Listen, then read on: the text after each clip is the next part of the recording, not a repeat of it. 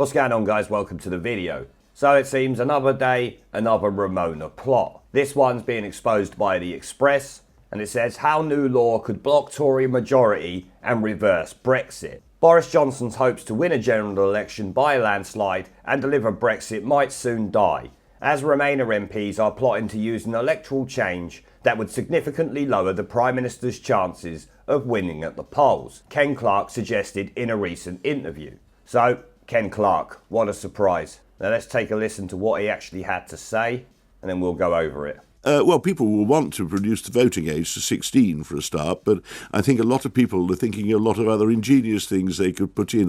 Within scope, you could get all the things that I would quite like to put in about improving the deal. But so, in other words, if he thinks a simple solution is a one-line bill to get an election, Parliament's going to make his life happy. Yes, I mean, he should get rid of all these people who came up with these clever, usually illegal rusers.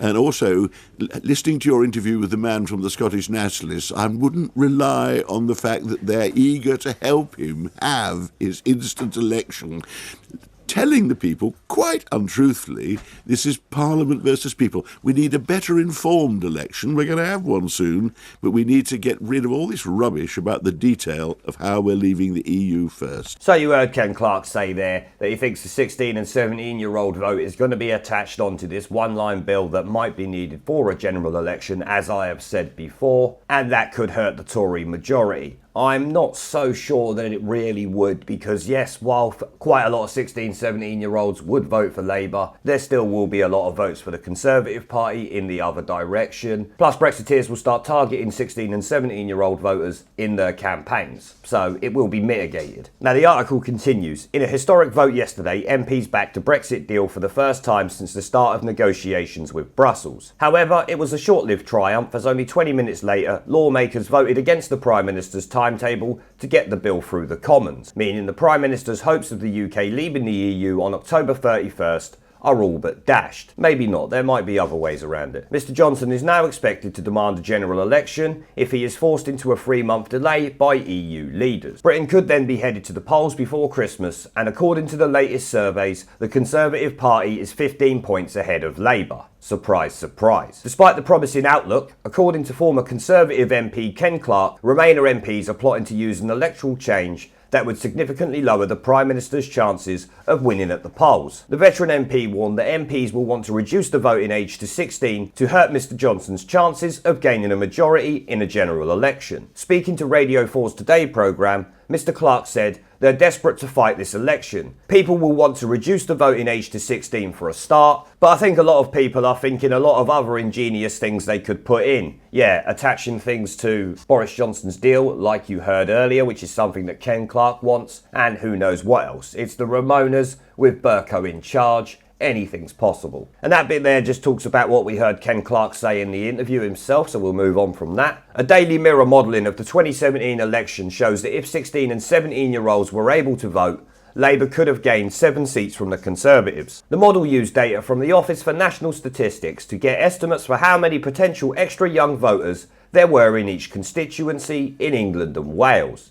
YouGov asked more than 50,000 people how they voted after the 2017 election and found that 67% of 18 and 19-year-olds voted Labour across Britain. So I don't see why you think that they would necessarily vote Labour again. They voted for the Labour Party, who said they would honour the referendum result. So how does them voting for Labour in 2017 mean that these 16 and 17 or 18-year-olds necessarily will now? Quite a lot of fully grown adults won't vote for Labour anymore because of what's happened since the 2017 election. So I do question these poll ratings' correlation to the actual upcoming election, but who knows, anything is possible. YouGov, which accurately predicted a hung parliament with the Conservatives as the largest party, also found that 57% of this age group turned out to vote. A 2017 report by the Mirror reads, if we assume the same numbers for 16 and 17-year-olds, that would mean an extra 443,000 votes for Labour compared to just 128,000 for the Tories. But all of this, like I said, is assuming everyone's still happy with Labour after 2017. Most people are not, so you're not factoring in the amount of people they're going to lose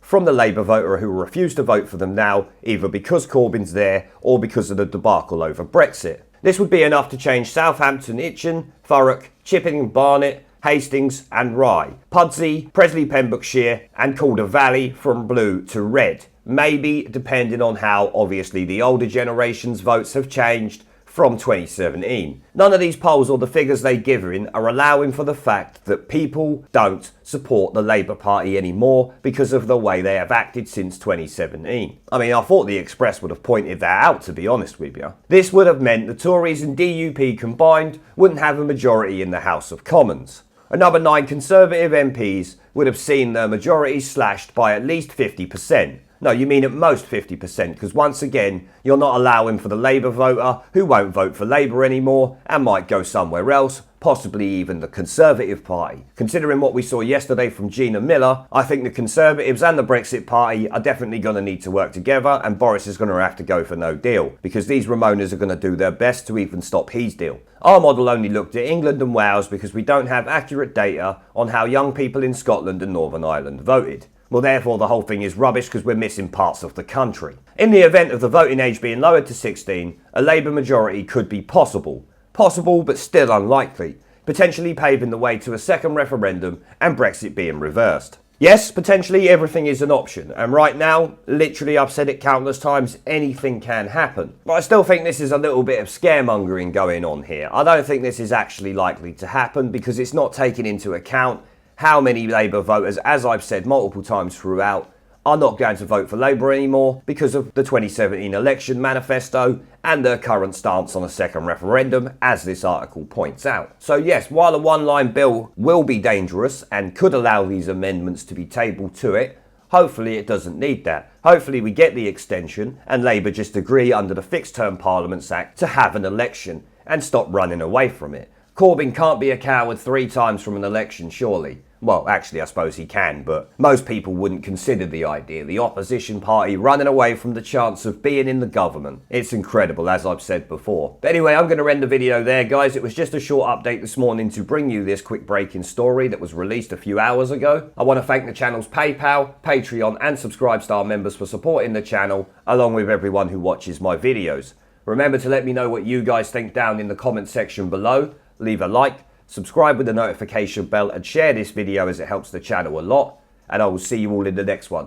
Owners, the peasantry against the feudal barons, colonies, Mr. Verhofstadt, against their empires. And that is why Britain is leaving. And it doesn't matter which language you use, we are going and we are glad to be going. We're off. Parliament is a dead parliament. It should no longer sit. It has no moral right to sit on these green benches. They don't like the truth. Twice they have been asked to let the electorate decide upon whether they should continue to sit in their seats while they block 17.4 million people's votes. Parliament is a disgrace, but they're too cowardly to give it away. But the time is coming. The time is coming, Mr. Speaker, when even these turkeys won't be able to prevent Christmas.